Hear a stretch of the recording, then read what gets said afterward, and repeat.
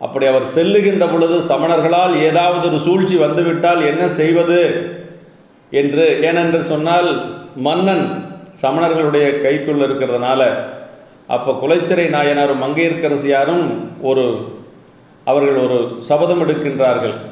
ஞானசம்பந்த பிள்ளையாருக்கு சமணர்களால் ஏதாவது ஒரு துன்பம் என்று சொன்னால் 2 பேரும் உயிரை விட்டு விடுவது என்று சொல்லி 2 பெருமக்களும் அங்கு ஒரு சபதம் எடுக்கிறார்கள்.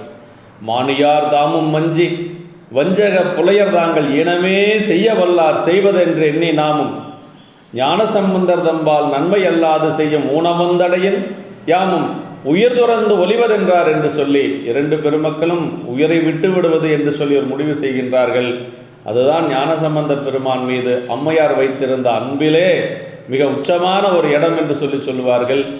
அதே போல் அம்மையார் பயந்திருக்கிறார். ஞானசம்பந்த பெருமானுக்கு ஏதாவது ஆகிவிடுமோ என்று சொல்லி பயந்திருக்கின்ற பொழுது அப்போதான் ஒரு பதிகம் பாடுகிற மானின் நேர்விழி மாதராய் என்று சொல்லக்கூடிய திருப்பதிகத்திலே பாலன் ஈங்குவன் என்று எண்ணிவிடாதே, குழந்தை என்று சொல்லி எண்ணிவிடாதே, நான் ஆலவாய் பெருமானுடைய அடிமை என்று சொல்லி அவனுடைய திருவருள் எனக்கு முன்னிற்கிறது என்று சொல்லி அந்த பதிகத்திலே போற்றுகின்றார். அப்படியெல்லாம் ஞானசம்பந்த பெருமான் மீது மிகுந்த அன்புடையவர் நம்முடைய மங்கையர்க்கரசியார்.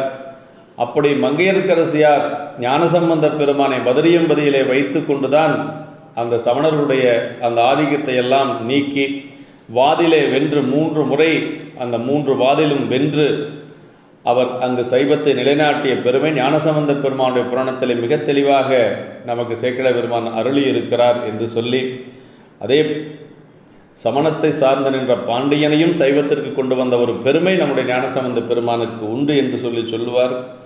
அப்படி முதல் திருப்பாடலிலேயே